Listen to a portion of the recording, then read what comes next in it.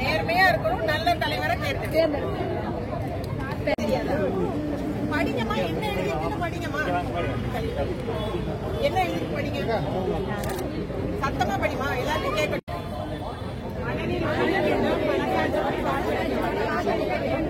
வாக்களிக்கிற நாள் என்னைக்கு, எந்த வருஷம்? எந்திரிக்காம தூங்கிட்டு இருப்பாங்க காலையில.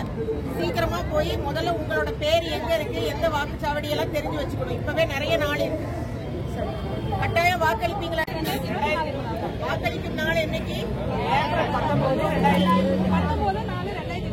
எல்லாரும் கட்டாயம் போய் வாக்களிக்க போவீங்களா?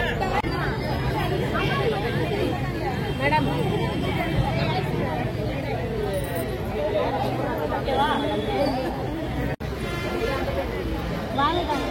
நம்ம எறும்பு